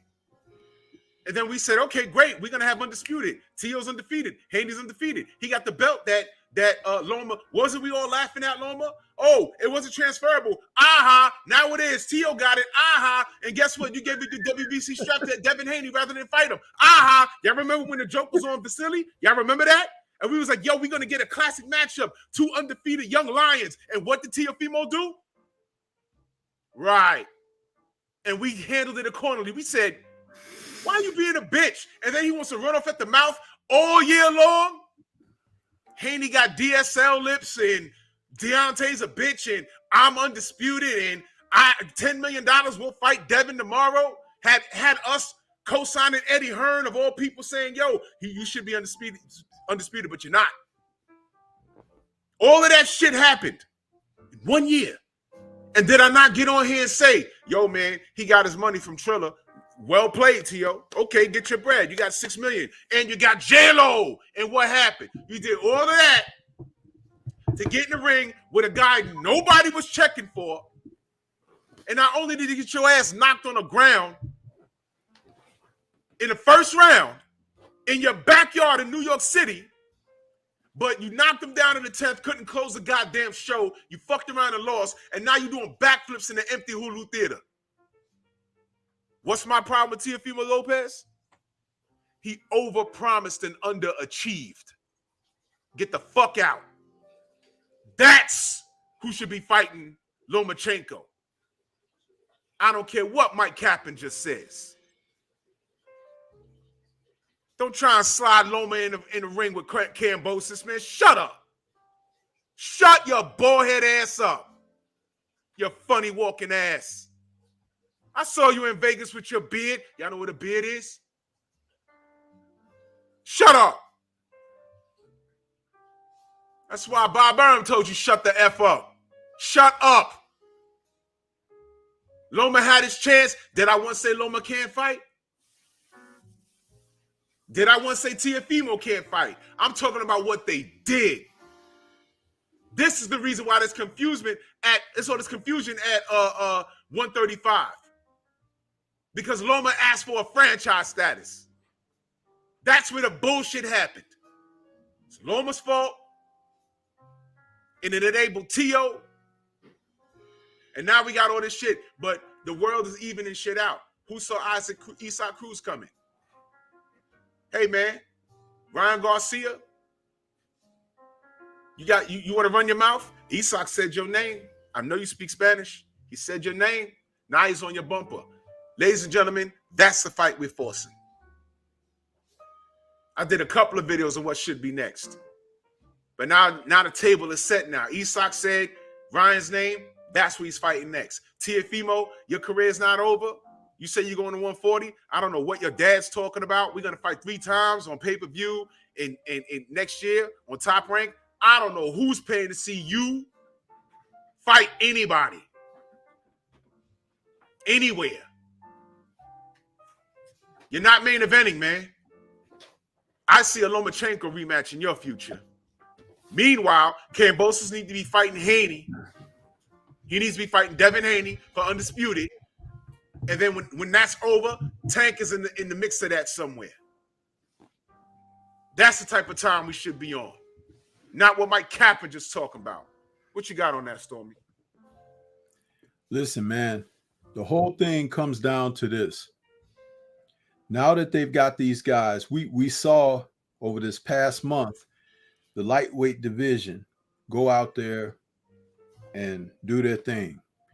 It's time, make a tournament out of these guys. Thank you. Everybody that won, start squaring off, facing off against each other. Ryan Garcia gets no consideration because, remember, he got mental problems and stuff like that right now. He don't deserve to share in on this, and he has to come back and prove to doctors and everything that he is stable enough to resume a boxing career, because after all, these guys are getting punched in the head for a living. But you've seen Tank, you've seen Haney, you've seen Lopez. Now you got to put Kambosos in the mix, and you got Teofimo. So it's like it's time for these guys to round robin, start fighting each other, and let it shake out. See who's the best out of that. That's the most simple way to handle this situation. And in the meantime, there's going to be some young guys who are coming up, knocking at the door to get right in there. So keep those guys into consideration for the next wave of the tournament or whatever. But it's time for that. It's time for it. It is so easy because the talent is there.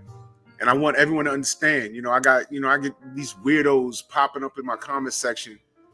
I know who's blocked and I know who's not, because I'll see it on my phone. But when I go to the page, I don't see the comment. You understand? So I know who's blocked and who's not. And if you're a Teofimo fan, you're a dummy. Either you're related to him and you love him unconditionally, which is fine, or you just a dumbass. You're just dumb. You're dumb. The first thing you do when you get out of bed is fall down one of those cartoon holes that you take everywhere and throw on the floor. You fall down a hole. Dummy. You're just dumb. I never said any of these guys can't fight. I'm ripping them because they're not fighting. There's a difference. I held Teofimo to a high standard once upon a time. When you start acting crazy, I look at you strange. I held Anthony Joshua to a high standard. And when he started acting funny against Windmill Wilder, I said, hold on. What's that? What is that? Your actions, I hold you accountable. This is ridiculous. All this talent. Really think about, look up 135, look at the names and say, why is there not a talent? Why is there not a tournament? That'll solve all of this shit. That franchise shit, there should have been a tournament for that. And then when you win, you get to pick what you do. You win a cash prize, a car, and you get to pick what you want to do. Didn't we have something called the Super Six? We had it at featherweight, I believe, and we had it at middleweight. Or at 168, right? A Super Six tournament. What am I missing? What am I missing? Clean this shit up. Because what I'm not going to do is pay money. Kambosos needs to fight Haney next, period. Bottom line. I don't care what Mike Copper just talking about. I don't care what his dumbass boss at MTK Global told him to put out. Mike, you lied when after Bud beat Sean Porter. He beat Sean Porter and looked in the crowd and said, yo, y'all think I'm the best at 147? And everyone started applauding him. Mike Cappinger got on Twitter and lied and said he looked at Errol Spence and asked him that. I said, wait a minute. Errol was gone already. What the fuck is he talking? And I know he was there. He put up the tweet. It was retweeted. And it was taken down within, what, a couple of hours? He's a liar. He's a liar. Get out of here with this Kambosos versus Lomachenko shit. It don't take long to catch these dudes lying. Did y'all see when Risa Suleiman was on Fred's show in the barbershop and they asked him about the franchise status? He had trouble explaining his own creation. And I'm like, what? None of this man. Reggie was there. Reggie loves Mauricio Suleiman, and Mauricio Suleiman loves him some Reggie. You're a racist.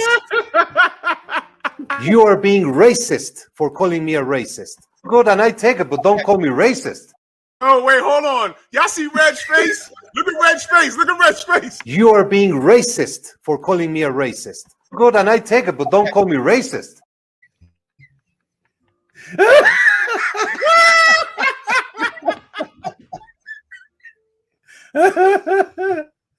Yo, whenever Mauricio is going to be at the barbershop, I got to stay up because I'll be tired. Fred come on at midnight out here. But I got to set my alarm or something because I know Reg is... Yo, when Mauricio said, you know, it don't matter what I say because you're just going to smile with that stupid face. Yo, Reg was looking at this nigga. Yo, I was crying, man. Yo, oh my God. Oh, yo. Mauricio, when he go to the barbershop, the only beaming that matters is Reggie Owens. That's it. I don't need nothing else after that. I don't need nothing. When he did the Muhammad Ali shit, he was smiling. He said, yeah, Muhammad is in my house. He said, yeah, you gave him pork, and then the smile just melted away. He was like, yeah.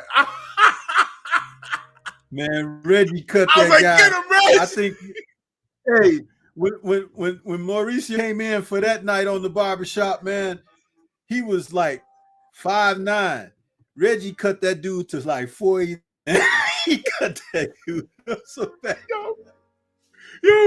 Yo, I don't know where he went in his house, but the way the light hit Mauricio on the top of his head, yo, he looked like he was drunk. He looked like he was turning, you know, you watch the movies where you turn into a zombie real slow. He got pale and shit. He had something in the cup. I said, yo, what he got in that cup? What the fuck? Yo, Reggie snatched his food and broke the plate over his head, man. Oh, my God. He said he thought, when he was talking about Ali, he said, remember that time you told the story about Ali and that being at your house and this and that, and Mauricio was smiling and stuff.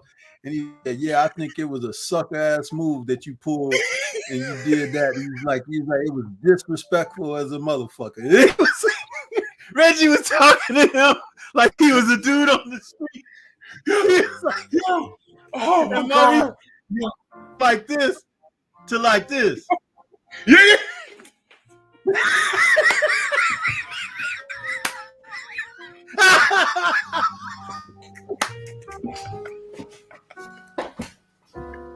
Oh, yo, oh my God. Oh, yo, man, he told that. Yo, Reggie gonna give him a stroke. Yo, next time he's on the show, right? And Fred put Reggie on, Look at Mauricio's face. He gonna be like, oh my God.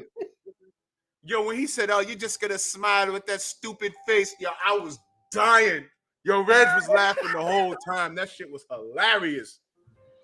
Oh man, he killed him. He killed Mauricio. Poor Mauricio. He killed Mauricio. Oh man, I couldn't take that shit, man. Salute to Reggie Owens, man.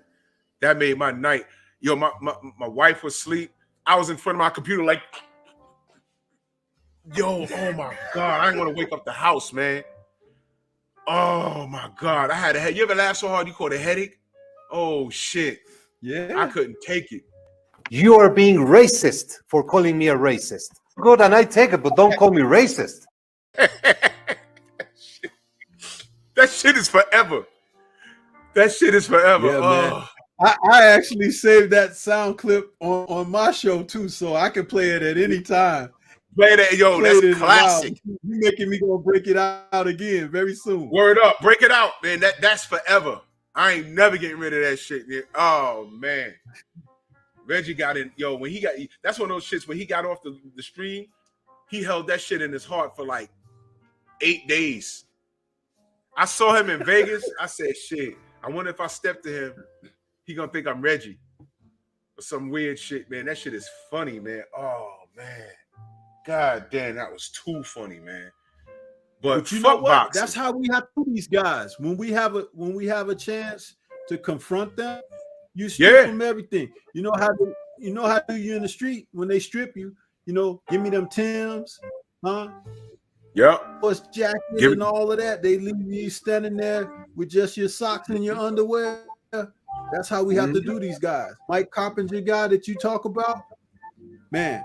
Oh, let him. You know what happened? You know what happened in Vegas? I'll tell you the story. What happened in Vegas? Yeah, you told us the story, and he said it looked like some people with him that was kind of like buffering, right? Like that was Dan Raphael. Cause I was walking over to him, and this dude like saw me coming. Cause I was looking at him and I was walking. I like accelerated. I was gonna get him. I don't know what I was gonna say, but I'm sure when I got there, it was gonna be something of substance. I wasn't gonna like curse him out because it ain't that serious. I'd have asked him a question about boxing to check his integrity. I don't know what I was gonna say, but when I was walking up on him, this dude saw me and he kind of like intercepted me. And I said, I'm about to launch this nigga. Who the fuck? I said, you know what? Let me not make a scene. So I let fat ass go. It wasn't hard to catch up to him. He was walking around himself, right? But Mike Carpenter, we was in the food court. Me, Focus Ball, Carolina Ryder, his peoples, Tay Jones, and Blue Blood. Somebody else was there. Dave was there. Diana Brandt's son, he was there. We was all sitting there. You know, I think BFTB was there. We was soaking in the night. And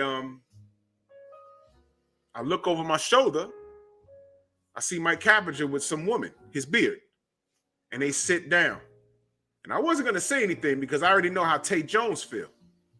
So I look, and you know, Blue Blood is the most calm dude you can know. He looked up and saw him, and that nigga went straight Harlem. He got loud. I'm like, I'm supposed to be the loud one. Tay Jones looked, went just like this. Yo! Everyone's looking. Yo, Mike Carpenter didn't even look over there. He looked at his girlfriend. They packed up their shit and walked off. That's how bad of a liar he is. Because if I'm doing work and I'm putting it out, and I'm sitting in the food court by myself or with a lady friend or with any fucking body, no one could do that to me and make me walk off. I'm gonna be like, yo, I'm gonna sit right here. I ain't going nowhere. They don't like my work? Fuck you. I don't care. What you gonna do about it? Ain't nobody went over there to do nothing, but they was letting them know from about 20 feet away how we felt. I'm just looking like, I'm waiting for him to take out a phone and, yeah, this is what Bomb Squad does. This is what they do to me. He picked up his shit and left. Didn't take one bite out of the hot dog, wink, wink, that he had on his plate. But see, this is what we deal with here. Punk asses. Yeah, I say that loosely, J. Wayne Citizen. His girlfriend. It's like that. That guy. Ridiculousness, man. So anyway, that's just been real, man. Stormy, let everyone know how they can find you, brother. Man, everybody can find me right here on YouTube. Stormy B, man, is the channel. And we're going to have some videos coming up this week. I had taken a little break from making videos, but I'm getting my laptop together, so to be doing more broadcasts off of here. No diggity doubt, man. And I wanted to add, your call-in show, that shit is fire. Let everyone know your call-in show for those that don't know. Yeah, the call-in show is every Sunday at 10:30 a.m. Central, and we're on right after KQKC and Knockout Boxing. So they come on before me, and then I come at 10:30, do my call-in show. It's a 2-hour show, and usually discuss the topics of the sport, the fights that just occurred the night before, and anything regarding boxing. And it's taken off to be fairly successful. People seem to really be responding. I think by the time I wrapped the show up this morning, it was like over 300 people in there. So it's like, a lot of people coming. We just need more callers. Because we welcome the topics, and discussion of boxing.